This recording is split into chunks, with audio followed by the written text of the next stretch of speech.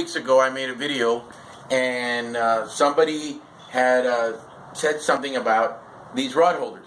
Now these are heavy-duty rod holders that my friend Tony Burkett and I made for catfishing. These are made out of 3/4 inch plumbing pipe, a flange, and carabiners. The flange is the most expensive part of the whole thing. It's $7, and the carabiners are about $4 each. These are really wide ones. The rods can fit in there, and I'll show you more about that in a minute.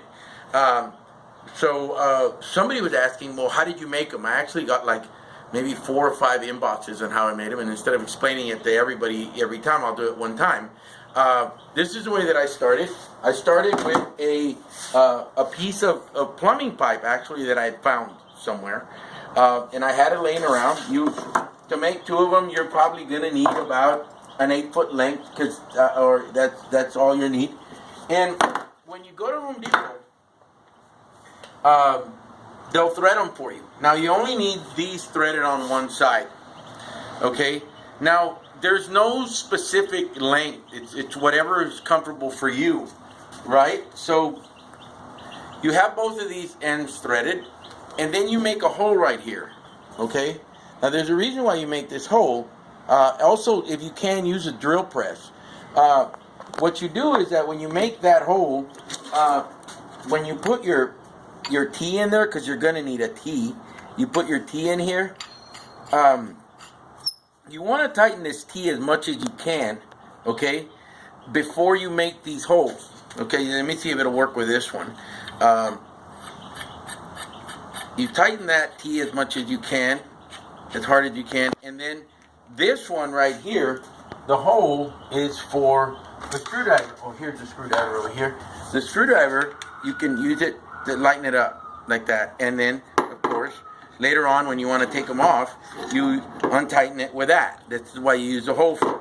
Okay. The other thing you want to do when you do this is you want to put some axle grease in here.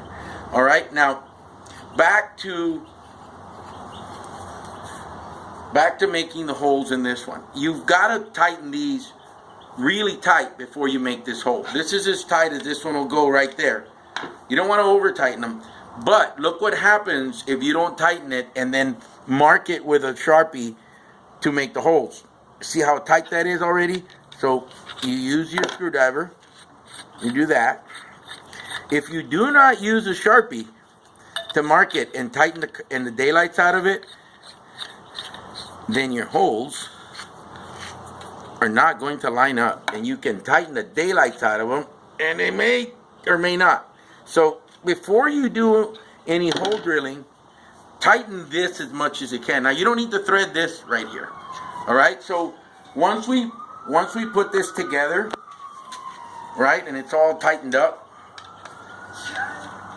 then what you do is that you get a stove bolt, a washer, and a nut. And this is pretty easy.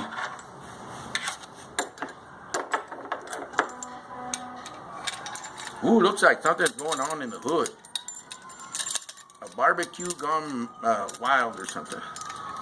Okay, so you tighten this like this, and I'm not going to tighten it all the way because I just want you all to get an idea. Now I use stove bolts because I don't want it.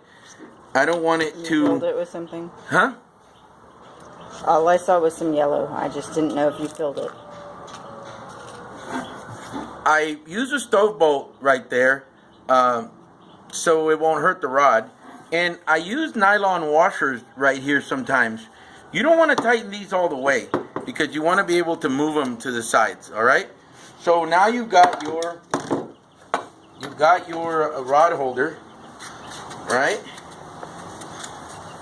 You've got both ends put together like this, and now it's like that. And then what I do is that I use a piece of pool noodle, right there. And what I do is that I get a pool noodle and I cut a piece off it, and then I cut it down the middle, and I kind of bikini the pool noodle on the here, and then I put tape on it like that. It doesn't eat into the rod handle, and I'll show you right now. Now I think that the 3/4 is too heavy for kayaks. I think you can get away with with a 1/2 inch, or you can get away with electrical conduit. And I don't know if they make electrical conduit flanges, but I'm pretty sure they do.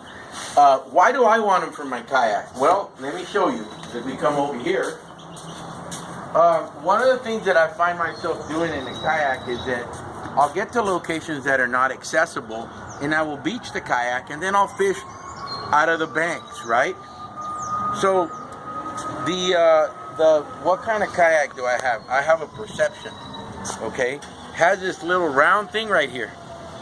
So this goes right there, right? Well, now we see that that's the way it goes right there. And then you put your spinning rod right there. It holds right there. And as you can see right here, the cork handle is hitting that foam that I put there. I can back up my kayak into the shore. I can go and fish, and I can put 2 lines out with live bait or with cut bait or whatever. Now, because this is real heavy, I am going to, this is a cutting board, right? Just one of these resin cutting boards.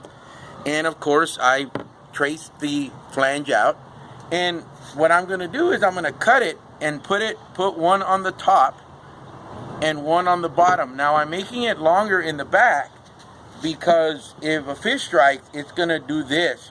So I want the back to be supported really well. So I'll cut one of these that goes on the top.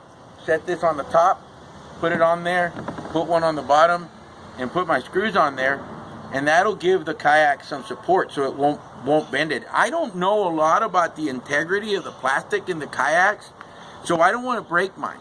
But I would imagine that this will help it. Maybe 2's overkill, maybe just 1, I don't know. Now, what else can you do? Well, if you're saying this is too high, you can come up a little bit, get an elbow this way, and come out this way, all right? Or maybe you just don't want it this high and you want it just to here, that's fine. The other thing you can do is you can mount other stuff on here, like a light bar, or you could perhaps mount a GoPro or something. But the idea is that you can do it. You can do whatever you want to. Anyway, the kids are up to something, and I need to go see what it is. So I hope this was helpful. Take care. Okay, the kids weren't killing themselves. They were just laughing or tickling themselves or something. As you can, one of the things that you'll see is that when you put your bait casters in there, they'll turn around like this sometimes. It doesn't really matter. A lot of times when you have your bait out there and it's already set, you can actually come all the way back in like this, but it's hard to get out, okay? This is actually a really good system. It works really well. I keep mine in just barely like that. And I can fish all day. Now, I bought these, or no, Tony and I made these because we didn't want to spend the money on B-Readies. But B-Readies are great. I mean, they're absolutely some of the best rod holders out there.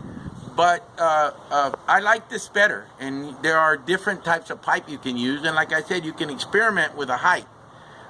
Maybe come up to here or whatever. These weigh 5 pounds. The whole thing with a flange, 2 carabiners, the T,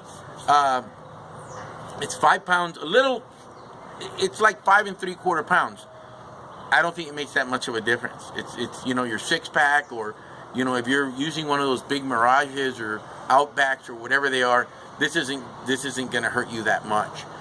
It also comes in handy for beating like alligators and stuff like that. Or if you have, you know, somebody accosts you at the boat ramp. Somebody accosts you at the boat ramp. You can clown them with it. By the way, there's a disclaimer on that.